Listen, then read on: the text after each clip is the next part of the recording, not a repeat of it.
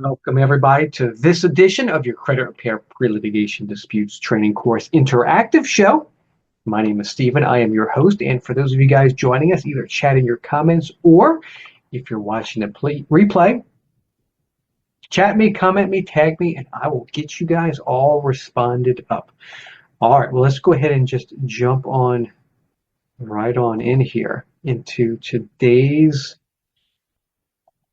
agenda topic. All right, let's go ahead and discuss the most obvious. Who are you and why are you here? Well, you are here for the training course and all of the benefits that come along with it, which includes every month we have this mix and mingle and interactive show where any one of your questions and your chats throughout the prior month, we go and we answer and we just discuss about what's going on. Additionally, you have access to the NCLC Digital Law Library, the authoritative law library used by the consumer protection attorneys, the bad boys attorneys, and you. So if you have not checked this out, definitely check it out. It has all of the information to cut through all of the gurus online. This is the real authoritative resource right here.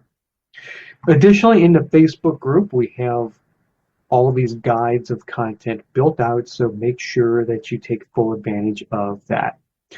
Okay, so today we're going to review one of our members, Mitchell Flowers. He gave us a client that he's working on, public record dispute. So we're going to go ahead and take a look at that, actually. This is kind of fun because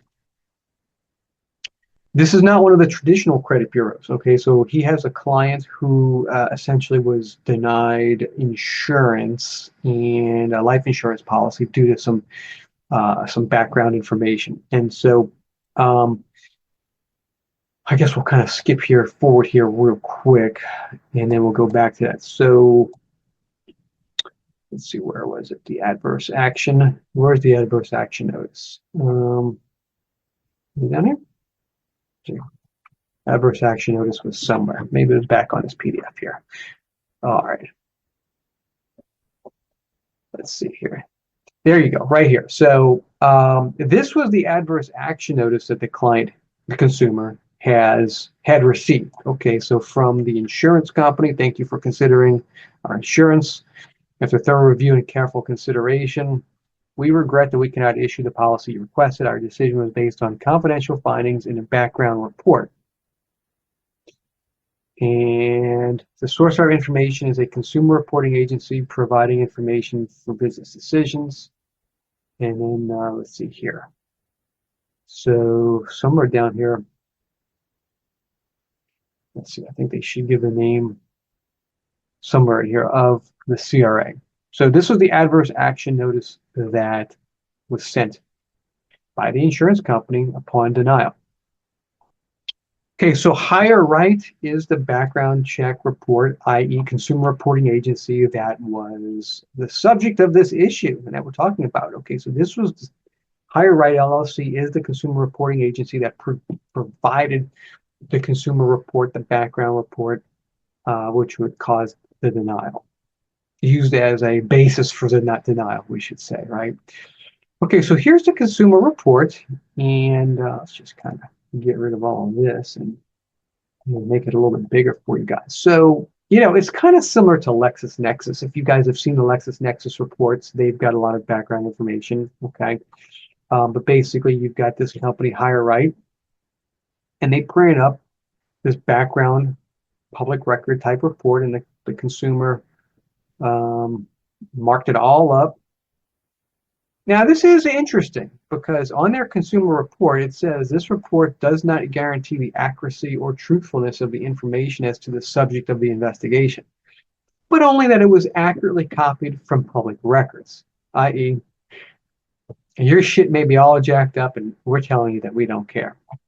Well, which I guess that's how they're defining maximum possible accuracy. Information generated as a result of identity theft.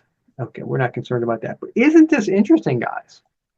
This report does not guarantee the accuracy or truthfulness of information as to the subject of the investigation, but only that it was accurately copied from public records. And, you know, there is a well-established precedent that you can find in the NCLC Well, let's just try to see if we can find it together. Where am I trying to go here? Let's see, where's my, let's see here. Where are we? Showing my browser. Here we go. Yeah. So in the NCLC, let's go ahead and log in here real quick. Okay. And we're going to see how fancy we can use the search engine. So in the NCLC, Fair Credit Reporting, there's a precedent that says the CRAs are not supposed to parrot the information of the furniture. So let's see if we can use the search engine. And so we can just find this real quick. Fair Credit Reporting. Parroting. Okay. Parroting. Let's see. Blindly parroting. There you go. This looks like the one that we're wanting. Standards for reinvestigation. Activities and duties of furnitures. Okay, let's see here. Just as the CRA's investigation may not parrot the furniture position, well, this isn't exactly it, but this is dealing with the furnitures. Let's go back. We went chapter 4. Yeah, chapter 4 is what we're looking for because that deals with the CRAs. Okay, so let's see here. For many years, the nationwide CRA's investigations consisted of nothing more than translating consumer disputes into a 2- or 3-digit code, that's that eOscar code, forwarding that code in a 1-page electronic form to the furniture and parroting whatever the furniture stated in response. Let's see, step at 78, because that parroting actually comes from a court case. Why they've got this thing nested in here, but anyway, let's see here. But the point is they can't parrot it. Okay, that's my point.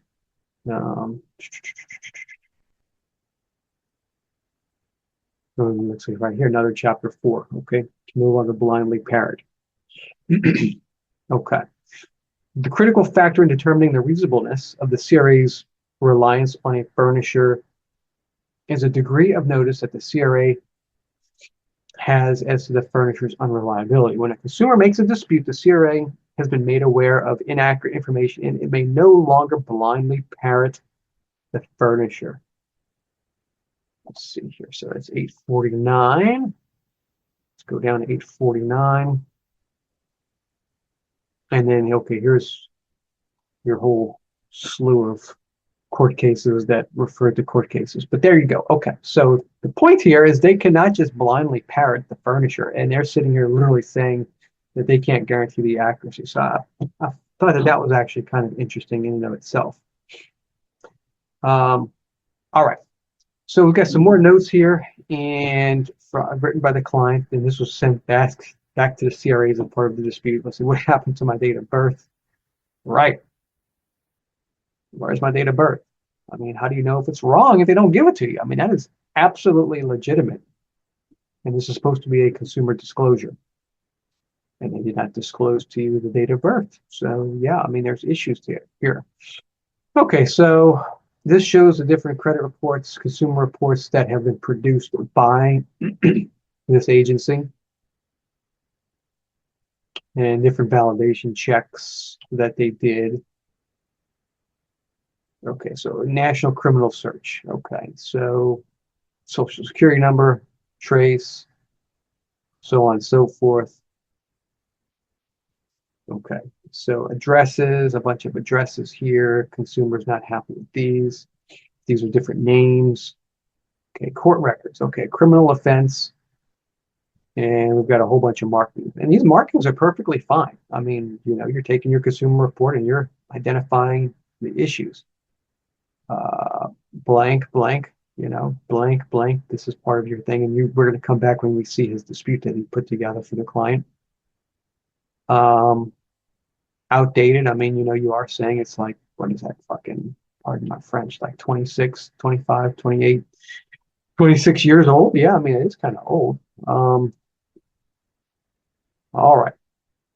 So, file date 1999. Yeah, outdated for sure. All the missing data. Okay, and so we just go through here, and I mean, we don't need to go into the substance of all these different cases and such, but we've got this uh, this specialty credit reporting agency that what happened to all of the missing dates, date, right, date. So consumer went through, or CRO went through for the consumer and wrote down all of these issues here, which is really amazing. Okay. More issues with the social security number. Consumers, they're saying the social security number is showing it was issued between 1981 and 1983, and the consumer was born, I think it was in 75 or something like that I saw in the dispute. We've got our identifiers here, and then of course we go down here. Here's the adverse action notice. All right. So then we come up here and we have disputes. Okay, nice dispute actually. So it should be reported according to specified definitions. They took kind of the Metro 2 wording and kind of just reworded it for public records, which is fine. Maximum possible accuracy, boom. Here's disclaimer, and he's complaining about the disclaimer. Certainly this disclaimer undermines the reality of your report and contradicts the industry standard for maximum possible accuracy. Very nice. Okay, now we go to the credit information, and it's just nicely laid out. That's the whole point. Telephone number, no data. I like the red. It makes it easy for me to read. Good job, Mitchell, on putting this dispute together for your client. And problematic addresses. Here's all your addresses. Incomplete, missing both the suite number. Moved out over 3 years ago. If someone is living there now were to receive my report, it could result in a serious privacy breach. Again, I mean, there is that argument for relevancy, that historical address being irrelevant. I mean, 3 years, it still probably is kind of relevant, but that's the argument you're making there. Okay, never resided, no connection to this location, so forth. Okay. We have our court records section that you're doing. Okay, and you're just taking the parts that we went over that had no data. What exactly does the ES field represent? Why is it blank? Okay, all these no data fields, I mean, they give you the heading for the field, but there's no data, so what the heck? Okay. And here's your case, all these no data fields. Okay, so it kind of repeats itself, case number 2, but you went through because we had multiple cases. Case number 3. And you're asking why this is on the credit report for so long. Okay, and more cases. Okay, criminal offense history, some more cases in this section. I mean, you basically took the format and the layout. This case had multiple counts. Payment information was not available. These dates were not available, no data. Okay, I mean, so you're questioning all this. So the point here is, Mitchell took everything we talked about from the Metro 2 and he applied it to just, it's a factual laying out, hey, what is going on with this incompleteness? Okay, a lot of stuff in that background. And we want to know why all these fields are not complete. Social security number and date of birth issued. What we had talked about. Social security number says it was issued between 81 and 83. Consumer's date of birth of 75. What gives? What does give? Okay, so that's kind of that right there. I mean, this is a world-class dispute for your client, Mitchell. Super proud of you, man. Great work on this. That's very nice. Okay, so then we have the response from Higher Right, which is a nice response. I mean, I've got to give them credit. It looks like they actually did sort of attempt to read the dispute and reply to it. I mean, I got to give credit where credit's due. So let's kind of get down to, here's their little cover letter. We love you, blah, blah, blah. Okay. Thank you for your correspondence. Okay. Social security number validation. In your dispute, you stated your social security number is valid and was issued in North Carolina between 81 and 83. However, this does not align with your date of birth. Based on the information available to us, we have concluded our review of your request. We reviewed your dispute and determined that you will want to contact your Social Security Administration for direct Social Security number validation. We're closing that dispute. Okay, so they told him to go pound sand. All right, now to all the meat and potatoes, as they say. And I mean, it's a nice response. I mean, I do have to give them credit. Um, you disputed cases, blah, blah, blah, blah, blah. Uh, let's see here. Stating that the critical, and I'm not going to read everyone, but I want to go through one or two so you can see, like, this is definitely more work put into this on their part than the big three, right? I mean, if the big three actually put in this effort, it would be interesting to see what happens. Stating the critical payment information is reporting incorrectly. Just kind of come over here. And want the cases to be removed is older permissible 7-year period. Okay. For this case, sentencing information is reporting inaccurately and wants the information to be removed. We contacted the court and confirmed the case was transferred to another case for filing judgment. So they did contact the court. Okay. The court also confirmed the case is result is guilty felony larceny after entering with the financial balance has not been paid in full, and the case number result is guilty misdemeanor, no operator's license with fine costs fully paid. Therefore, we have removed case from the report and no other changes were made. Well, it looks like they deleted it, I guess. Higher right contacted the so-on court at wherever and confirmed the count 2 sentence is cost $140, fine $50, fully paid. Therefore, we have updated the record to reflect the current information. Okay. If you continue to believe it's incorrect, please contact us. Okay. And they go on to the next case. Let's see here. No changes were made on this one. Okay. Based on the results, we are closing your dispute. Okay. And let's see here. Looks like they've sent, I believe, what we would call the updated consumer report here.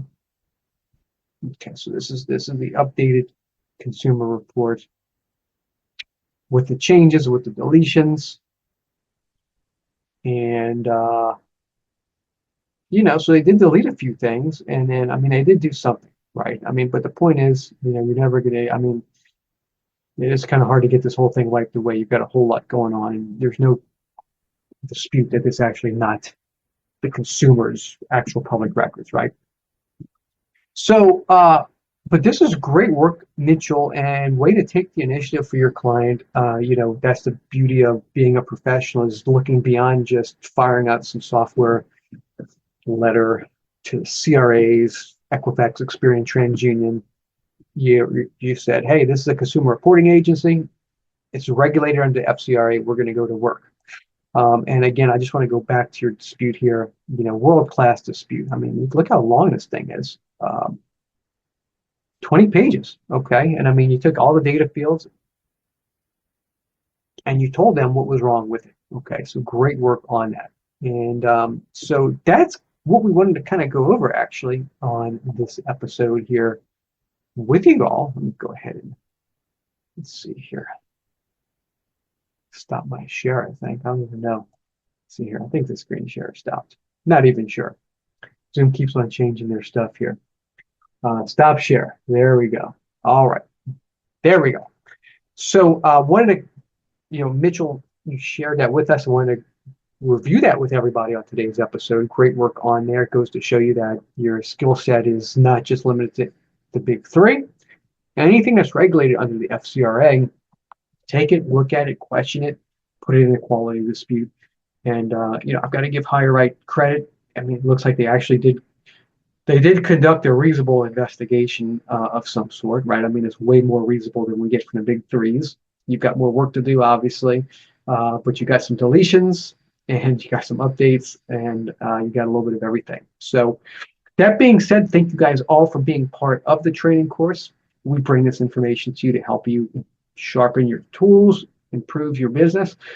Take this information, do something wonderful, help your clients, and we will see all of you same time, same place next month. You all be good.